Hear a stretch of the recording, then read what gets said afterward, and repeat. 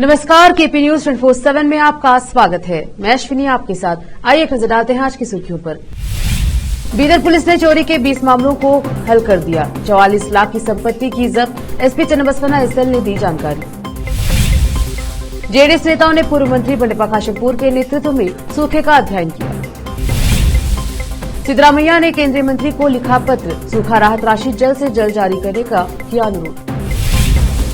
जातिगत मानसिकता छोड़े, लोकसभा चुनाव जीतने का लक्ष्य रखें, बीवाई विजेंद्र ने कहा। 7 निजी कंपनियां कल्याण कर्नाटका क्षेत्र में स्मारकों को गोद लेंगी, एचके पाटिल का कहना। मध्य प्रदेश विधानसभा चुनाव के लिए प्रचार खत्म। 230 सीटों के लिए 17 नवंबर को होगा वोटिंग। चाहे बीजेपी जीत जाए लेकिन कांग्रेस नहीं, वायरल वीडियो पर मायावती ने जमकर लगाई लताड़।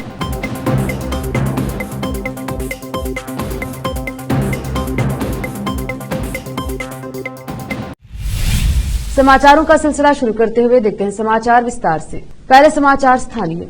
बीदर जिले के विभिन्न स्टेशनों में दर्ज 20 चोरी के मामलों का खुलासा किया गया और 14 आरोपियों को गिरफ्तार कर न्यायिक हिरासत में भेजा गया। आरोपियों से 44,07,062 रुपए सामग्री बरामद करने की बात बीदर जिले के पुलिस अधीक्षक चन्नबसवना एसएल ने कही है। वह गुरुवार को बीदर जिला पुलिस अधीक्षक कार्यालय परिसर में एक संवाददाता सम्मेलन को संबोधित कर रहे थे। उन्होंने बीदर शहर सहित जिले के अन्य पुलिस स्टेशनों में दर्ज मामलों के बारे में विस्तार से बताते हुए कहा कि जिले भर में चोरी के मामलों को हाल ही में पुलिस अधिकारियों व कर्मियों ने बहुमूल्य सामग्री चोरों के पास से बरामद की है। इस अवसर पर बीदर के पुलिस उपाधीक्षक शिवानंद गौड़ा पाटिल, गांधीगंज थाने के पुलिस निरीक्षक हनुमप्पा, बीदर ग्रामीण सर्कल के पुलिस निरीक्षक श्रीनिवास अल्लापुरे, न्यूटाउन पुलिस स्टेशन के पुलिस निरीक्षक विजय कुमार, चिटगुप्पा सीपीआई महेश गौड़ा पाटिल, पीएसआई तस्लीम सुल्ताना और अन्य पुलिस अधिकारी मौजूद रहे। संवाददाता खुसरो अहमद की रिपोर्ट। ಇದು ಏನಂದ್ರೆ ಬಿಜಾಪುರ ಜಿಲ್ಲೆಯಲ್ಲೂ ಕೂಡ ಅದೇ ಸೇಮ್ ಎಮೋ ಇರುವಂತಹ ವೆಹಿಕಲ್ ಇರುವಂತದ್ದು ಆಗಿದೆ। 2 ಪ್ರಕರಣಗಳು ಕೂಡ ಏನಂದ್ರೆ ಸಿಮಿಲರ್ ಮಾದರಿಯಲ್ಲಿ ಆಗಿದೆ। ಅದಕ್ಕೆ ಏನಂದ್ರೆ ನಾವು ವಿಶೇಷ ತಂಡವನ್ನ ಮಾಡಿ ತೆಲಂಗಾಣ ಕೂಡ ಕಳಿಸಿದ್ವಿ। ಅಲ್ಲಿಯೂ ಕೂಡ ಏನಂದ್ರೆ ಒಂದು ಪ್ರಕರಣ ಪತ್ತೆ ಮಾಡಿದ್ದಾರೆ, ಬಟ್ ಆ ಗ್ಯಾಂಗ್ ಇದರಲ್ಲಿ ಇನ್ವಾಲ್ವ್ ಇಲ್ಲ ಅನ್ನುವಂಥದ್ದು ಬಂದಿದೆ। ಇನ್ನು ನಮ್ಮ ಡಿಎಸ್ಪಿ ನೇಮೇಗೌಡ ಅವರು ಅದ್ರ ಮೇಲೆ ಕೆಲಸ ಮಾಡ್ತಾ ಇದ್ದಾರೆ। ಕೆಲವೊಂದು ಸುಳಿವುಗಳು ಸಿಕ್ಕಿದೆ, ಅದ್ರ ಮೇಲೆ ನಾವು ಕೆಲಸ ಮಾಡ್ತಾ ಇದೀವಿ। ಬಟ್ ಇದು ಅಂತರರಾಜ್ಯ ಏನಂದ್ರೆ ಕಳ್ಳರು ಇದ್ದಾರೆ ಅನ್ನುವಂಥದ್ದು ಪ್ರಾಥಮಿಕವಾಗಿ ತಿಳಿದು ಬಂದಿದೆ। ಅಂದ್ರೆ ನಮ್ಮ ಲೋಕಲ್ ಇವರು ಅಂತ ಹೇಳಿ ಸರ್, ದೀಪಾವಳಿ ಹಬ್ಬದಲ್ಲಿ ಎಂತ ಗ್ಯಾಮ್ಲಿಂಗ್ ಕಂಟ್ರೋಲ್ ಇದೆ। ದೀಪಾವಳಿ ಹಬ್ಬದಲ್ಲಿ ಈಗ ತಮಗೆ ಗೊತ್ತಿದೆ ಏನಂದ್ರೆ ನಮ್ಮ ಕಚೇರಿಗೆ ಸಾಕಷ್ಟು ಜನ ಮಹಿಳೆಯರು ಮತ್ತು ಸಾರ್ವಜನಿಕರು ಏನಂದ್ರೆ ಪತ್ರಗಳನ್ನು ಬರೆದಿದ್ರು। ಏನಂದ್ರೆ ದೀಪಾವಳಿಯ ಹಬ್ಬದ ಒಂದು ನೆಪದಲ್ಲಿ ಏನಂದ್ರೆ ಕೆಲವೊಂದಿಷ್ಟು ಜನ ಈ ಜೂಜಾಟಕ್ಕೆ ದುಷ್ಪ್ರೇರಣೆಯನ್ನು ನೀಡ್ತಾರೆ ಅನ್ನುವಂಥದ್ದು। ಅಂದ್ರೆ ಇವರೇ ಏನಂದ್ರೆ ಸಾಲ ಕೊಡೋದು, ಹಣ ಕೊಡೋದು, ಅಥವಾ ಏನಂದ್ರೆ ಅಲ್ಲಿ ಆಟ ಆಡಬೇಕಾದ್ರೆ ಏನಂದ್ರೆ ಅವರ ಆಸ್ತಿಗಳನ್ನ ಒತ್ತೆ ಪೇಪರ್ಸ್ ತಗೊಂಡ್ಬಿಟ್ಟು ಹಣ ಕೊಡುವಂಥದ್ದು, ಇಂಥದ್ದೆಲ್ಲ ಮಾಡ್ತಾರೆ। ಇದು ಏನಂದ್ರೆ ನಮ್ಮ ಸಂಪ್ರದಾಯ ಅನ್ನೋದಕ್ಕಿಂತನೂ ಕೂಡ ಏನಂದ್ರೆ ಇದು ಒಂದು ಸಂಘಟಿತ ಅಪರಾಧವಾಗಿ ಆಗಿದೆ ಅನ್ನುವಂಥದ್ದು ತಡಿಬೇಕು। ಮತ್ತು पूर्व मंत्री और जेडीएस पार्टी के वरिष्ठ नेता बंडेप्पा खाशेमपुर के नेतृत्व में जेडीएस नेताओं ने बीदर जिले के विभिन्न हिस्सों में किसानों की भूमि का दौरा किया और सूखे का अध्ययन किया। बीदर दक्षिण विधानसभा क्षेत्र के कमठाना किसान संपर्क केंद्र, बगदाल किसान संपर्क केंद्र, बीदर उत्तर विधानसभा क्षेत्र के जनवाड़ा किसान संपर्क केंद्र और आदि विधानसभा क्षेत्र के दापका किसान संपर्क केंद्र, जिसमें खाशेमपुर, काडवाद, बगदल टांडा, मरखल, मुरकी, चिकली, गणेशपुर शामिल हैं। विभिन्न गांवों की जमीनों का भी दौरा किया गया और तोगरी सहित बारिश की कमी से खराब हुई विभिन्न फसलों को देखकर किसानों से चर्चा की गई। बीदर दक्षिण निर्वाचन क्षेत्र का सर्वांगीण विकास मेरा लक्ष्य है, बीदर दक्षिण निर्वाचन क्षेत्र के विधायक डॉ शैलेंद्र बेलदाले ने कहा। विधायक ने कहा कि ग्रामीण क्षेत्रों की सड़कें सुधरेंगी, सभी गांवों का विकास होगा, इसलिए गांवों की सड़कों के विकास के लिए अनुदान दिया जा रहा है। शैलेंद्र बेलदाले ने कहा, हाल ही में बीदर दक्षिण निर्वाचन क्षेत्र के करकनली गांव में लोक निर्माण विभाग को 2 करोड़ 50 लाख रुपए मिले हैं। सड़क सुधार एवं डामरीकरण कार्य प्रारंभ करने के बाद श्री गुरु गंगाधर ने बक्का प्रभु का आश्रित किया और ग्रामीणों की रिपोर्ट प्राप्त करने के बाद बात की। उन्होंने कहा कि करकनली गांव की सड़क विकास का काम, जिसकी मांग जनता काफी दिनों से कर रही थी, शुरू कर दिया गया है और कुछ ही दिनों में नई कंक्रीट सड़क जनता के लिए खुल जाएगी। विशेष संवाददाता की रिपोर्ट। अब देखते हैं समाचार राज्य की। कर्नाटक के मुख्यमंत्री सिद्धरामैया ने केंद्रीय कृषि मंत्री नरेंद्र सिंह तोमर को पत्र लिखकर सूखा राहत के लिए राष्ट्रीय आपदा प्रतिक्रिया कोष एनडीआरएफ से वित्तीय सहायता शीघ्र जारी करने की मांग की है। जैसा कि आप जानते हैं, कर्नाटक का एक बड़ा हिस्सा गंभीर सूखे से प्रभावित है। मानसून में देरी के साथ साथ जून के दौरान धीमी प्रगति के कारण कम वर्षा हुई, जो राज्य में पिछले 122 वर्षों में तीसरी सबसे कम है। इसके बाद कई दौर हुए। जुलाई के तीसरे और चौथे सप्ताह के दौरान भारी बारिश हुई, जो केवल 10 दिनों तक ही सीमित थी। जून में बारिश की कमी के कारण कई किसान जुलाई की शुरुआत में बुआई नहीं कर पाए। हालांकि अगस्त 2023 के दौरान कृषि और बागवानी फसलों के विकास के लिए महत्वपूर्ण चरण कर्नाटक में कुल मिलाकर 73% कम बारिश हुई, जो सबसे कम है। पिछले 122 वर्षों में अगस्त के महीने के लिए पत्र में उल्लेख किया गया कि कर्नाटक में अगस्त के दौरान सामान्य से अधिक तापमान के साथ साथ भारी कमी देखी गई है। इससे वर्षा आधारित क्षेत्रों के बड़े हिस्सों में खड़ी फसलें गंभीर रूप से प्रभावित हुई हैं। सितंबर के दौरान राज्य के आंतरिक भागों, जिसमें प्रमुख खरीफ क्षेत्र शामिल है, में कम वर्षा देखी गई है, जिसके परिणाम स्वरूप फसलों की परिपक्वता अवस्था के दौरान मिट्टी की नमी पर दबाव पड़ा। इसके अलावा अक्टूबर के दौरान सूखे की स्थिति और भी खराब हो गई। अपनी पदोन्नति को लेकर पार्टी में मतभेदों को परोक्ष रूप से रेखांकित करते हुए शिकारीपुरा विधायक ने कहा कि उन्होंने पार्टी को नई ऊंचाइयों पर ले जाने के लिए वरिष्ठ नेताओं से उनका आशीर्वाद लेने के लिए बात करने के लिए ईमानदारी से प्रयास किए हैं। राज्य पार्टी मुख्यालय में अपने पिता और भाजपा के दिग्गज नेता बीएस येदियुरप्पा और वरिष्ठ नेताओं के ईश्वरप्पा, डीएच शंकरमूर्ति और उनके पूर्ववर्ती नलिन कुमार कटील की उपस्थिति में राज्य भाजपा की कमान संभालने के बाद विजेंद्र ने कहा, हमें सभी को जीतने का लक्ष्य निर्धारित करना है। 28 लोकसभा सीटें, जो मुश्किल नहीं है क्योंकि हमने पिछले लोकसभा चुनाव में 25 सीटें जीती थी। हमें केवल आम पार्टी कार्यकर्ताओं की तरह सोचना होगा, न कि जाति आधारित नेताओं की तरह। इस विश्वास के साथ कि नेतृत्व जिम्मेदारी है, अधिकार नहीं। एक विनम्र कार्यकर्ता के रूप में मेरा हर कदम केंद्रीय नेतृत्व की अपेक्षाओं और कार्यकर्ताओं के विश्वास को पूरा करने की दिशा में होगा। यह देखकर मुझे बहुत उत्साह होता है कि हर वरिष्ठ नेता पार्टी को मजबूत करने का काम अपने कंधों पर लेकर आगे बढ़ रहा है। पर्यटन मंत्री एच के पाटिल ने कहा कि 7 निजी एजेंसियों ने कल्याण कर्नाटक क्षेत्र में स्थित स्मारकों को अपनाने और पुनर्स्थापित करने के लिए कर्नाटक सरकार के साथ एक समझौता ज्ञापन पर हस्ताक्षर किए हैं। पत्रकारों से बात करते हुए पाटिल ने कहा कि एजेंसियां स्वेच्छा से स्मारकों को गोद लेने के लिए आगे आई। बीदर में करेंज भूमिगत जल प्रणाली ईरान के समान दिखती है और इसका निर्माण सैकड़ों साल पहले किया गया था। करेंज को विकसित करने के लिए एक विस्तृत डिजाइन तैयार किया गया है। उन्होंने कहा कि यह भी बताया गया कि टीम ने बीदर जिले के बसवा कल्याण स्थित किले का भी दौरा किया। टीम ने प्रसिद्ध मलखेड़ किले का भी दौरा किया है, जो कलबुर्गी जिले में राष्ट्रकूट की राजधानी, और यादगीर के शाहपुर में दिद्दी बाघिलू का भी दौरा किया। पाटिल ने कहा कि 3 दिवसीय यात्रा के दौरान बीदर, यादगीर और कलबुर्गी के 7 स्मारक गोद लेने के लिए तैयार हैं। मंत्री ने कहा वे बुनियादी सुविधाओं को अधिक प्राथमिकता देकर जगह विकसित करने पर ध्यान केंद्रित करेंगे। विधायक और पूर्व सीएम बीएस येदियुरप्पा के बेटे बीवाई विजेंद्र, जिन्होंने बुधवार को औपचारिक रूप से राज्य भाजपा अध्यक्ष का पद संभाला, उन्होंने पार्टी आलाकमान से वादा किया कि वह सभी को विश्वास में लेकर 2024 के चुनाव में कर्नाटक की सभी 28 लोकसभा सीटें जीतने के लिए कड़ी मेहनत करेंगे। मैं सम्मानित महसूस कर रहा हूं कि प्रधानमंत्री नरेंद्र मोदी, राष्ट्रीय अध्यक्ष जेपी नड्डा, केंद्रीय गृह मंत्री अमित शाह और महासचिव संगठन संतोष जी सहित पार्टी के केंद्रीय नेताओं ने मुझे एक सुनहरा अवसर दिया है। मैं उनसे वादा करता हूं कि उनके आशीर्वाद से मैं राज्य में भाजपा के लिए सभी 28 लोकसभा सीटें जीतने का प्रयास करूंगा। उन्होंने निवर्तमान अध्यक्ष नलिन कुमार कटील से कार्यभार संभालने के बाद अपना पहला भाषण देते हुए कहा, विजेंद्र ने कहा, हमें किसी भी पार्टी कार्यकर्ता को निराश न करके और मोदी के हाथों को मजबूत करके यह सुनिश्चित करना होगा कि बीजेपी कर्नाटक में अपना पुराना गौरव हासिल करे। कांग्रेस की आलोचना करते हुए विजेंद्र ने कहा कि सत्तारूढ़ दल को चिंता करने की जरूरत नहीं है। भाजपा अपने ऑपरेशन कमल के साथ कभी आगे नहीं बढ़ेगी, लेकिन कांग्रेस सरकार के कुकर्मों को उजागर करेगी। रोकते हैं समाचारों का सिलसिला, लेते हैं छोटा सा ब्रेक।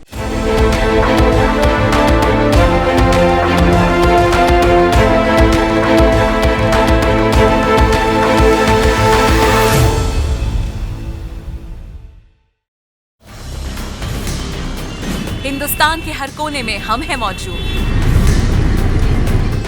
24 घंटे हालात पर गहरी नजर, खबरों से जुड़े चुपते सवालात, और आपको दिखाता है धार्मिक, सामाजिक, राजनीतिक, लोकल और इंटरनेशनल न्यूज की सबसे बेहतर कवरेज, जो आपको रखती है हर पल बाखबर। देश देश और दुनिया भर की खबर के लिए देखते रहें KP News 24/7। Noor education trust Bidar की ओर से चलाए जाने वाला Noor MEd and BEd college Bidar, recognised by NCTE Delhi and affiliated to Gulbarga University, Gulbarga. Admission are open for the academic year 2022-23. विशेषज्ञ और सक्षम शिक्षकों द्वारा शिक्षा प्राप्त करने के लिए नूर एमएड एंड बीएड कॉलेज में दाखिला लें और शांत वातावरण में शिक्षा प्राप्त करें। बीदर शहर में बेहतर शिक्षा का एकमात्र केंद्र Noor MEd and BEd college, Shahpur gate, Bidar.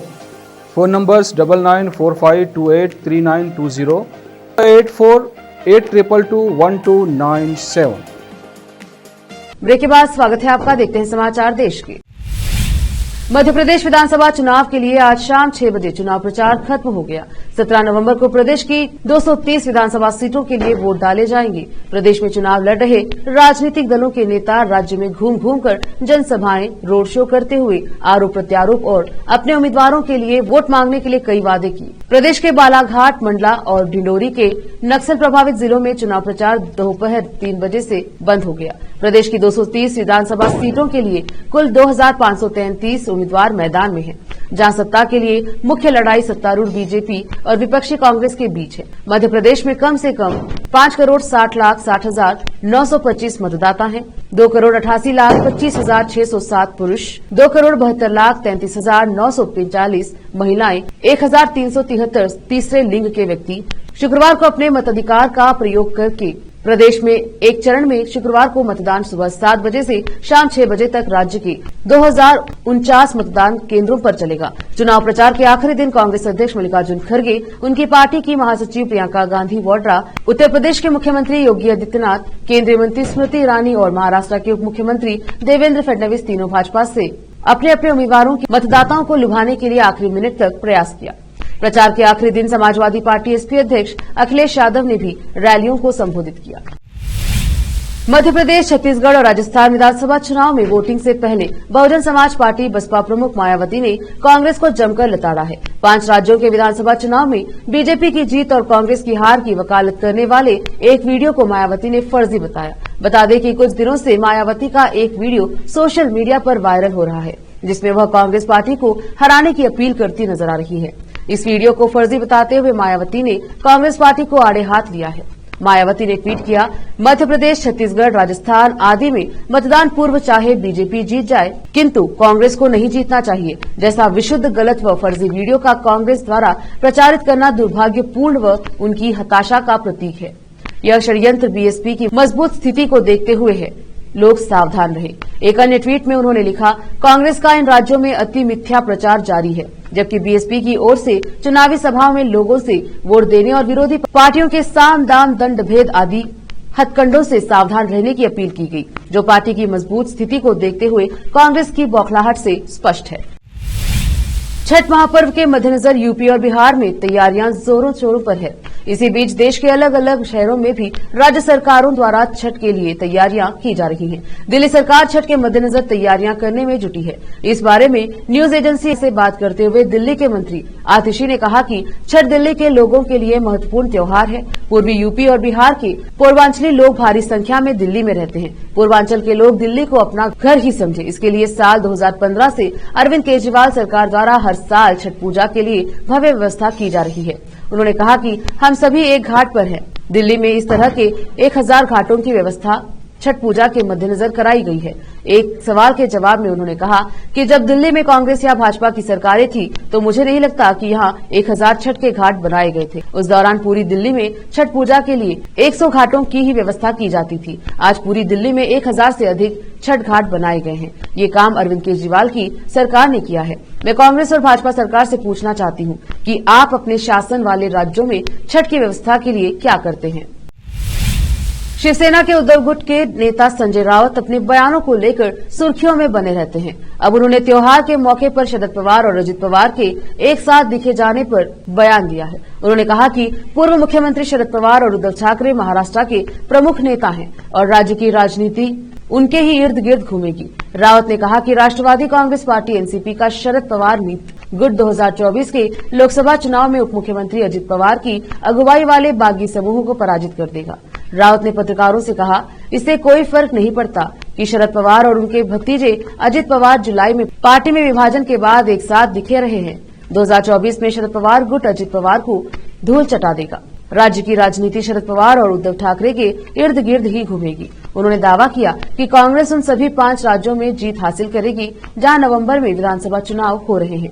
Mizoram में मतदान हो चुका है, बाकी बचे 4 राज्य राजस्थान, मध्य प्रदेश, छत्तीसगढ़ और तेलंगाना में वोटिंग होनी बाकी है। रावत ने कहा कि विधानसभा चुनाव 2024 के लोकसभा चुनाव के लिए माहौल तैयार करेगा।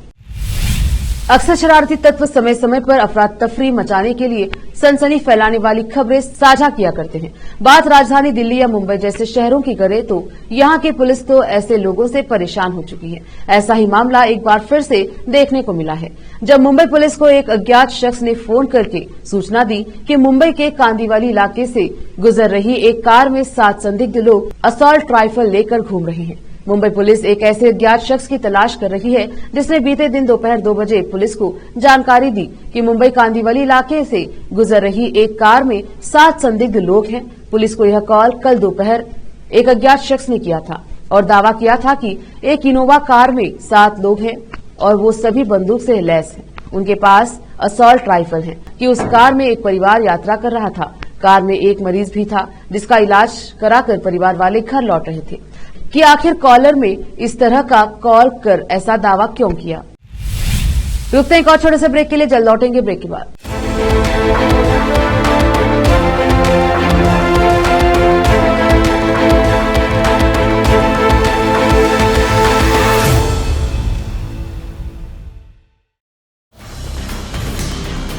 हिंदुस्तान के हर कोने में हम हैं मौजूद।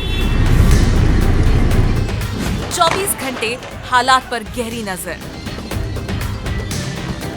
खबरों से जुड़े चुभते सवालात और आपको दिखाता है धार्मिक, सामाजिक, राजनीतिक, लोकल और इंटरनेशनल न्यूज की सबसे बेहतर कवरेज, जो आपको रखती है हर पल बाखबर। देश और दुनिया भर की खबर के लिए देखते रहें KP news 24/7। Noor education trust Bidar की ओर से चलाए जाने वाला Noor MEd and BEd college Bidar, recognised by NCTE Delhi and affiliated to Gulbarga University, Gulbarga. Admission are open for the academic year 2022-23. विशेषज्ञ और सक्षम शिक्षकों द्वारा शिक्षा प्राप्त करने के लिए नूर एमएड एंड बीएड कॉलेज में दाखिला लें और शांत वातावरण में शिक्षा प्राप्त करें। बीदर शहर में बेहतर शिक्षा का एकमात्र केंद्र Noor MEd and BEd college, Shahpur gate, Bidar. Phone numbers 9945283920, 8482221297। Break के बाद स्वागत है आपका, देखते हैं समाचार। चीन की एक कोयला खदान कंपनी की इमारत में भीषण आग लगने की खबर सामने आ रही है। इस आग की चपेट में आकर 25 लोगों की मौत हो गई। काफी संख्या में लोग घायल हुए। घायलों को अस्पताल में भर्ती करवाया गया। दमकल गाड़ियां आग बुझाने में जुटी हैं। बताया जा रहा है कि आग शांक्सकी प्रांत में एक कोयला खदान कंपनी की इमारत में बृहस्पतिवार को लगी। आग लगने से कम 25 लोगों की मौत हो गई। चीन की सरकारी मीडिया ने यह जानकारी दी। मीडिया रिपोर्ट्स के मुताबिक ल्यूलियांग सिटी के लीशी जिले में स्थित 5 मंजिला इमारत की दूसरी मंजिल में आग लगी। सरकारी समाचार एजेंसी शिन्हुआ ने बताया कि बृहस्पतिवार को सुबह आग लगने के बाद 25 लोगों की मौत हो गई। स्थानीय अधिकारियों ने बताया कि बचाव के प्रयास जारी हैं। उन्होंने बताया कि यह इमारत निजी ओंगजो कोयला खदान कंपनी की है, जिसकी सालाना उत्पादन क्षमता 120 टन है। इजरायल की सेना गाजा के अल शिफा अस्पताल के अंदर घुस गई है, जो कि यहां का सबसे बड़ा अस्पताल है। अल शिफा के अंदर कुछ जगहों पर सैनिकों और हमास आतंकियों के बीच जंग जारी है। इजरायल ने हमास से सरेंडर करने को कहा है, जबकि आतंकियों की तरफ से लगातार गोलीबारी की खबरें सामने आ रही हैं। इजरायल ने दावा किया था कि इसी अस्पताल के नीचे हमास का हेडक्वार्टर है और उसने यहां के MRI सेंटर पर कब्जा कर लिया है। अस्पताल में तलाशी के दौरान इजरायली फोर्स को भारी मात्रा में हथियार मिले हैं। यहां तक कि MRI मशीन के पीछे आतंकियों ने बैग में हथियार छिपाए हुए थे। इजरायल की सेना के प्रवक्ता लेफ्टिनेंट कर्नल जोनाथन कॉनरिक्स द्वारा बनाए गए वीडियो में साफ नजर आ रहा है कि पूरे सेंटर में जगह जगह बैग में हथियारों को छिपाया गया था। इन हथियारों को दवाई और मेडिकल उपकरणों से ढक दिया गया था। वहीं गाजा के दूसरे इलाके में इजरायल के सैनिकों और हमास के आतंकवादियों के बीच गुरिल्ला वार जारी है। हमास के हजारों लड़ाके जमीन के अंदर बनी सुरंगों में छिपे हुए हैं। हालांकि गाजा पट्टी पर पूरी तरह से कब्जा करने के बाद इजरायल की सेना ने कहा है कि उसने उन सुरंगों की पहचान कर ली है। एक नजर फिल्मों के समाचारों पर। अनन्या पांडे ने आदित्य रॉय कपूर को रोमांटिक गाने के साथ किया बर्थडे विश। अब समाचार खेल जगत। वनडे वर्ल्ड कप 2023 में कोहली शमी ने कायम की बादशाहत, आखिरकार हासिल कर लिया नंबर 1 का ताज। आखिर में समाचार बाजार के। पीएम किसान की 15वीं किश्त हो चुकी है जारी। ऑनलाइन स्टेटस में ऐसे कर सकते हैं चेक। 8 करोड़ लाभार्थियों को होगा फायदा। फिर से एक नजर आज के मुख्य समाचारों पर। बीदर पुलिस ने चोरी के 20 मामलों को हल कर दिया। 44 लाख की संपत्ति की जब्त। एसपी चन्नबसवना एसएल ने दी जानकारी। जेडीएस नेताओं ने पूर्व मंत्री बंडेप्पा खाशेमपुर के नेतृत्व में सूखे का अध्ययन किया। सिद्धरामैया ने केंद्रीय मंत्री को लिखा पत्र, सूखा राहत राशि जल्द से जल्द जारी करने का किया अनुरोध। जातिगत मानसिकता छोड़े, लोकसभा चुनाव जीतने का लक्ष्य रखें, बीवाई विजेंद्र ने कहा। 7 निजी कंपनियां कल्याण कर्नाटक क्षेत्र में स्मारकों को गोद लेंगी, एचके पाटिल का कहना। मध्य प्रदेश विधानसभा चुनाव के लिए प्रचार खत्म। 230 सीटों के लिए 17 नवंबर को होगा वोटिंग। चाहे बीजेपी जीत जाए लेकिन कांग्रेस नहीं, वायरल वीडियो पर मायावती ने जमकर लगाई लताड़।